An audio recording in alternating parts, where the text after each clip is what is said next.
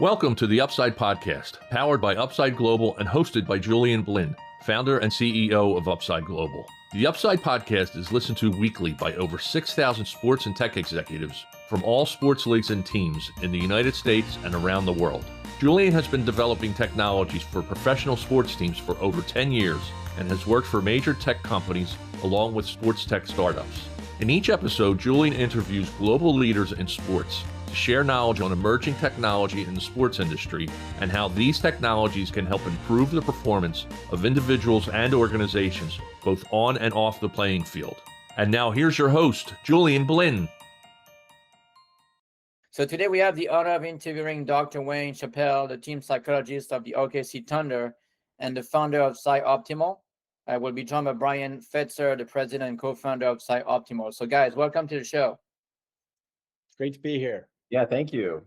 No problem. It's great to have you on the show. So I will jump right into the question. So to begin with, can you share your personal journey? For example, Dr. Chappelle as a team psychologist in elite sports, and Bryan as a the president and co-founder, and how your background led into performance psychology and ultimately into building PsyOPTIMAL. Anybody wants to start? Sure, I'll jump in. My original training and background was in clinical psychology, and that was really helping people who were struggling in specific areas of their life try and learn how to live a normal daily life. And that for me was satisfying, but I really wanted to know, how did it take an ordinary individual to accomplish the extraordinary? And that led to a journey with looking at professional sports athletes, actually starting with, I would have to say, Olympic athletes, that then moved into the military environment and special operations. And then being in special operations for 20 years then naturally led me to professional elite sports, where people have to operate at a very high level in physically demanding, psychologically taxing, and yet highly precise environments.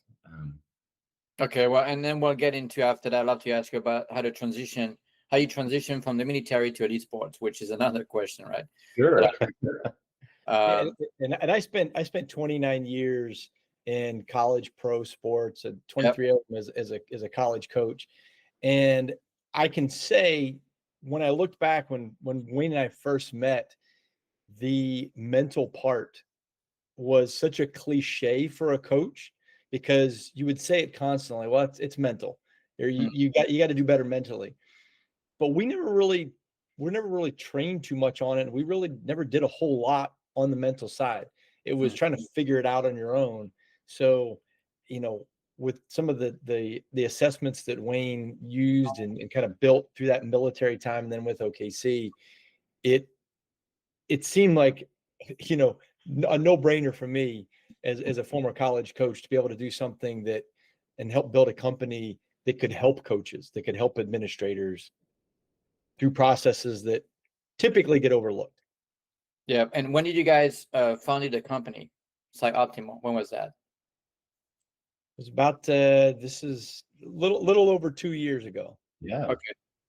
All right. So we talked about when the moment, right, when you guys decided to found the company, but was there a specific problem or gap in mental performance, right, player monitoring, or organizational well-being that you felt existing tools were addressing? Because I talk to team all the time, and they're using sometimes some platform to assess the cognitive aspects of athletes. I mean, can you tell me a bit more about your platform and how it works and so forth? Sure. So really what the platform does is it is a very user-friendly platform in which you can take these assessments off of your cell phone pretty much at any point in time, no matter where you're at and where you're traveling. So one was improving the design based upon accessibility, and two, availability, right? You didn't want to have a psychologist have to administer these things. It wanted to be something where you could create an account and actually go on and take these things all on your own. Two is there's a lot of different assessments out there, and people have strong opinions about what they want to measure with athletes. What we're looking at is those variables that we know are very predictive of performance at elite level based upon what the research says. There's a lot of different ideas in terms of how to assess people, but we are really looking at those emotional, social, and behavioral areas that we know are very predictive of performance. And so they're based upon the literature and science. Yeah. So could you tell me a bit more about what makes your platform different, right, from traditional mental performance or wellness tools out there? Because there's a lot of different platforms that I've come across. But what would you say are your competitive advantages or your differentiators? What would you say? Well, so one differentiator is we have different measures that we use. So for one is we could look at your overall psychological wellness using a measure that really takes about 90 seconds to just simply 2 minutes to get an idea in terms of how are you doing? Are you simply struggling, surviving, or are you in the domain of actually thriving? And in elite sports, you need to be thriving. And so one, it's going to look at your overall wellness. Two, we can look at not only your attitude and your confidence and your energy level, but also the relationship that you have with your teammates as well as your coach. Cohesion is absolutely critical for performance because nobody ever performs the best by themselves. It's usually with collective support of people around them. So one of the differing things that we look at that many other platforms do not is we look at, do they feel valued, trusted, respected, regarded? Can they really collaborate with their teammates, and can they collaborate with their coach? Because you can take a average talented team that has a high level of cohesion, and on the long term, they will always outperform a very highly talented but divided team. So this isn't just looking at them, it's also looking at how well are they interacting and socializing with others, in addition to their general attitude. And then we have what is called the tactics, which looks at 18 different areas of emotional and social functioning that we know are predictive, from how susceptible are you to letting your emotions influence your thoughts and behaviors under high pressure, to how compliant are you? Are you willing to do what's in the best interest of the team, and do you trust your role, and can you play your role for the team, or are you wanting to do what's in the best interest of you? And that can create a lot of conflict. To how open are you to looking at yourself from different angles so that you can understand what your strengths and vulnerabilities are, to how comfortable are you actually doing something different? What might have worked for you on the field or the court a year ago may not be working for you now. So you got to be able to step outside of your comfort zone. Now, So, what would you say are the biggest benefits for your client, whether it's a team or wherever it may be, to use your platform today? Well, one of the things is in the aggregate form. Results are given individually, but they're also given in aggregate. So as a coach or an administrator, you can see how the whole view is going, which is so powerful. There's so many times as a coach that you think things are great, but they could be on the verge of a train wreck and you wouldn't even know it because you're winning. And it's an easy cop out for a coach to say, well, we're winning, everything's good. Yeah. Well, has it been in that pressure filled situation? Really? Have you been on the brink where, or are you just playing teams that aren't very good? And it's early preseason, you're getting the W's, or you're getting to that part of the year. So getting the results in an aggregate form can help you shape your team. And then also using the tactics assessment, you can learn how to coach players better, which is a huge part. I mean, what you just said, right? I was talking to an NFL team, I think it was the Steelers, and they said, look, when you're winning, right, you tend to kind of overlook things that are not going so well because you think, okay, it's great, let's just keep going as we're doing, right? We should not change anything. But sometimes it's not always a good thing, right? So now, can you give me an example maybe of a client and when they use your platform and how much of an impact did they see? I don't need to know the exact name of the client or the team, whatever it is, but I just want to get an idea of what impact there was for them. That's great. I'll let Wayne take that one. Yeah, I'll take it. So the impact is really quite positive in the sense that there's a lot of opinions about what people think that they need to work on. But in reality now, once they complete the assessments, they really do know what they need to work on. There's no second guessing. Somebody might say, oh, this is an anxiety issue. And I might come back and say, no, based upon the results, this is a confidence issue. Now, anxiety might be related to it, but the underlying cause here is more of a confidence issue. Or this is an energy issue related to their self-discipline with behavioral health habits. related to like rest, recovery, diet, and exercise. They're not finishing the game with the same level of energy they start the game because of these things over here. And so the benefit and the outcome is we know what to focus in on, we know how to focus in on, and now it's everybody working together. The coaches are working together with the health and human performance staff, and it's a very integrated approach. So one outcome is everybody understands what the issue is, and we all are working together to solve it. Then the other piece is we can evaluate later on down the road, after say 3, 4, 5 weeks or a specific interval, to then reassess, are we making improvements in those particular psychological areas? And are those improvements lining up with what we would expect to see with regards to things that we can control, which is the execution and their effort in the game? Yeah. Now, you mentioned you can look at things like the diet, the recovery, or whatever, but how, the teams today, right? They have what I call the AMS platform, and they can track of, exercise, sleep, GPS data. Do you guys tap into that? Do you get access to that data? Or how do you know how is their diet? How do you know how is their, training and everything? Because we ask them. So for instance, we'll ask them, are you getting sufficient sleep? Are you getting, what does your pre-game routine look like? What does your post-game routine look like? How disciplined are you with staying focused on the diet that you have? How compliant and how routinely do you focus in on your strength and conditioning program? The reason for that is because we know that diet, exercise, rest, recovery, if you're dialed in and you're compliant with following through with the things that you know are good for you, it actually increases your speed and accuracy of information processing. Yeah. How we manage our body is a direct correlation to the strength of our mind. And a lot of times we're thinking, well, all these things are related to me having physical energy, but they're also directly related to your mental energy, especially in terms of your accuracy and your reaction time, your brain-body connection, and the kinesthetic motor movements between your mind and body on a quarter on the field. Now, could you tell me, because we got lots of team listening to the podcast, right? But any team was interested, what is the business model to work with you guys or access your platform? Can you tell me a bit more about that? I'll let Bryan take that one. It's pretty simple. We have teams reach out to us, universities, teams reach out on a regular basis, and it's really kind of an a la carte kind of system. You can have a full suite and get all of the different assessments and have consultation. Or if you already have sports psychologists, on your team, this serves as a tool for them, and you get the individual assessments. So that way that you can, pick and choose between the different assessments that we have and say, hey, this is what we're really focused on. This is what we're going to use it for.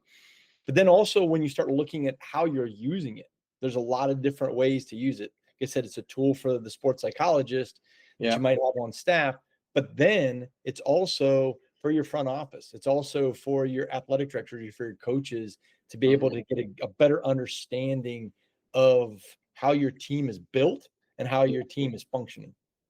So basically, that could be used by the people in the front office, operations, as well as performance, medical, and most anybody, right? Absolutely.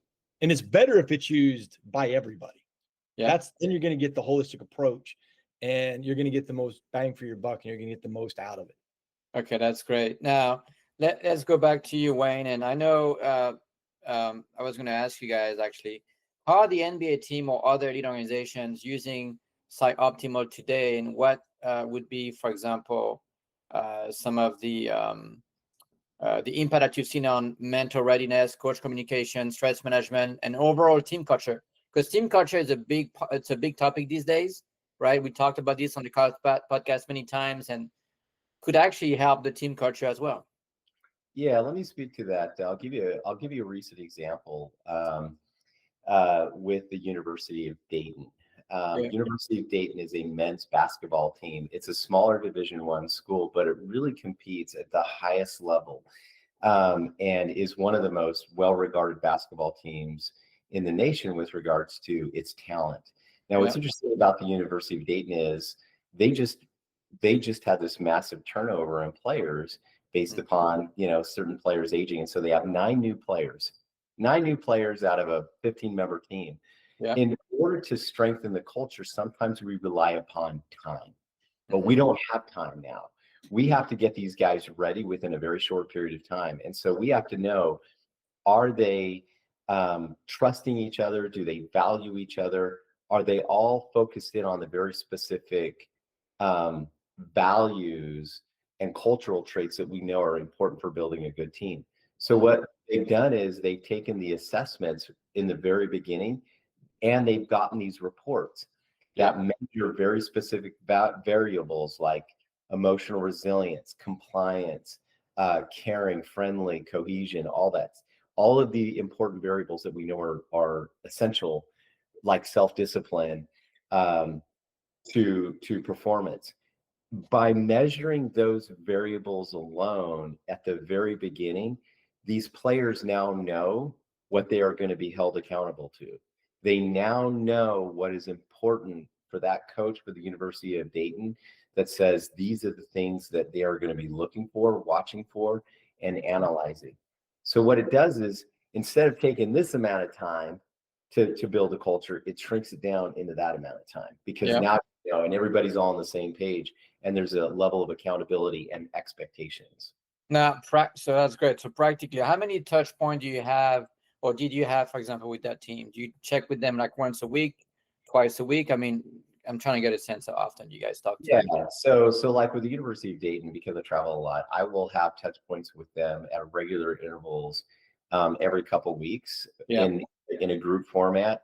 But I actually have touch points with the individual players a bit more frequent. So for instance, just this weekend, I had a player on Dayton, after they had a game, call me up and say, "Hey Doc, I noticed that I need to work a little bit more on my mental resilience and controlling my performance anxiety based upon my report.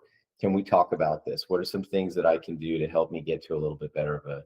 And so in many cases, I can have athletes reach out to me frequently, more than once a week. For this guy, it's probably going to be 2 or 3 times. And then after he gets better, then it might be a little bit longer. But again, it's not necessarily about, it's not, in addition to overcoming a struggle, it's also about, how do I get to a higher level? Because this player, by all intents and means, is actually doing relatively well. You just get better. Yeah. Now, looking ahead, right, over the next 12 months, so what innovation or new capabilities are you guys planning to bring to the platform? Are there any particular performance psychology or AI-driven features, or maybe some devices? For example, I've been trying those, what I call the vagus nerve stimulators.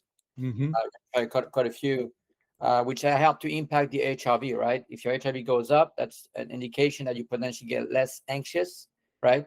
So what are some of the new capabilities that you guys are looking to introduce in the future? Well, with the platform, one of the biggest additions is adding languages.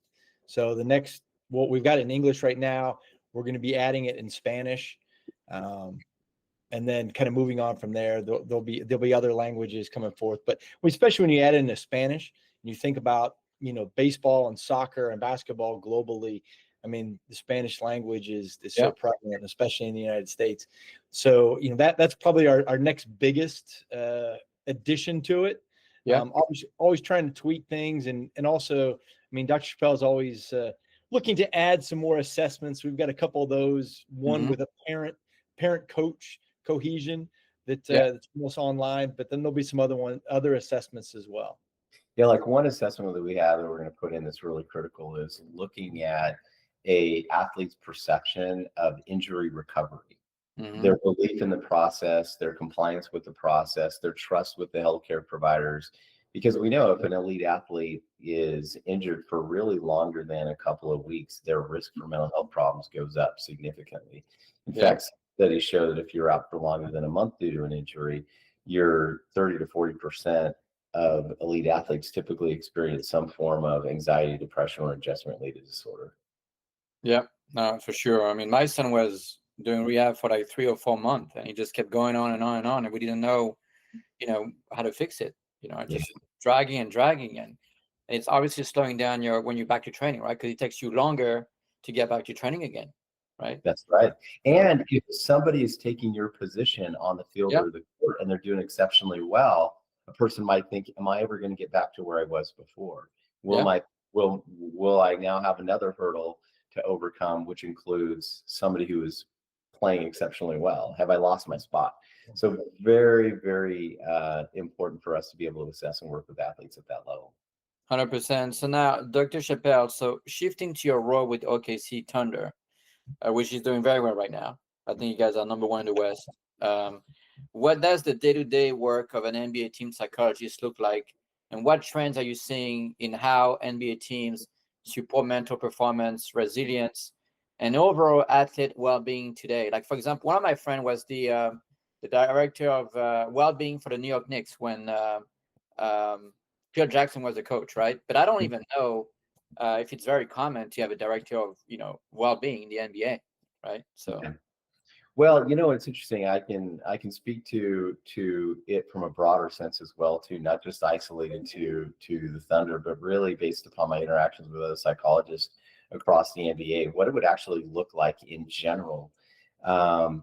And first is it's really being available. You're going to want to be somehow, some way on the court at practice, in the strength and conditioning gym, observing and watching what players are doing, because from that you'll get a good idea in terms of what players are doing well and what players might not be doing well, just based upon what you're seeing from them behaviorally in terms of their day-to-day interactions.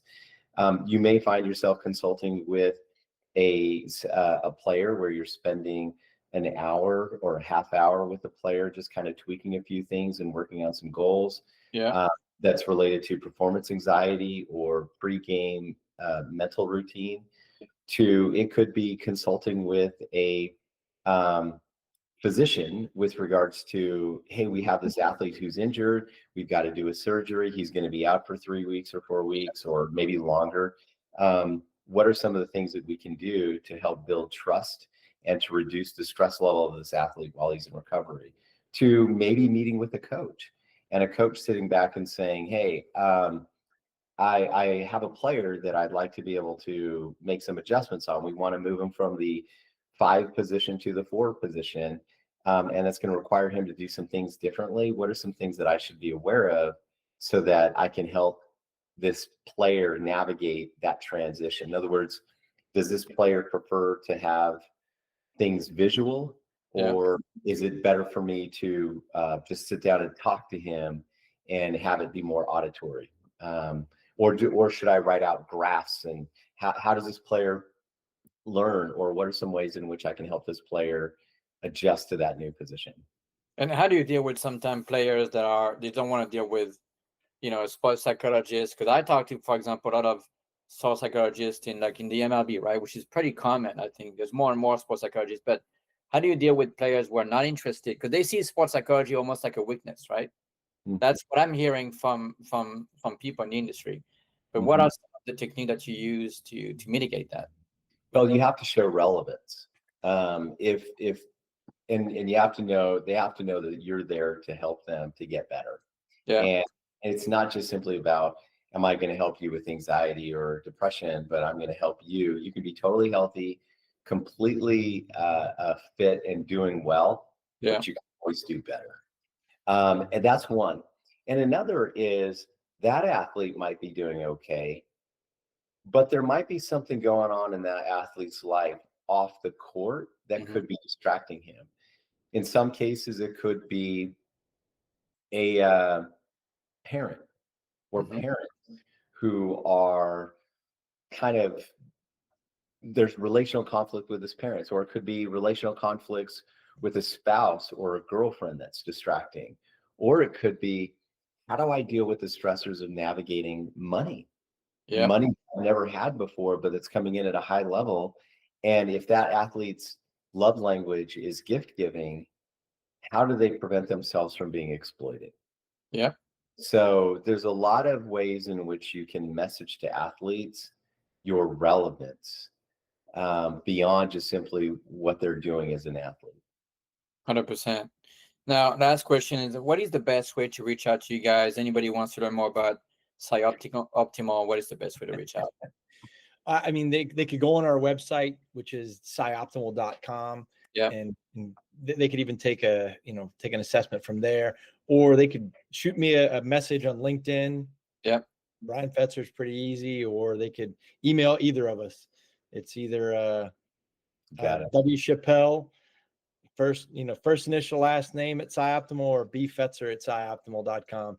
Either way, there's definitely a lot of ways to reach, and we welcome talking to people. That's great. But look, we're at the end of the podcast, but I want to thank you for your time today, and good luck with everything. So thanks again. You got it. Thank you. Appreciate having it. Thank you. Thank you for listening. To access past episodes and other research, articles, and analysis of sports technology, please visit our website, theupside.us. Subscribe to the Upside newsletter and receive full access to our sports tech business letter and website. Royalty-free music is provided by ibaudio.com. The Upside podcast provides timely insights and interviews with global leaders in sports technology. Until next time, keep looking to the upside.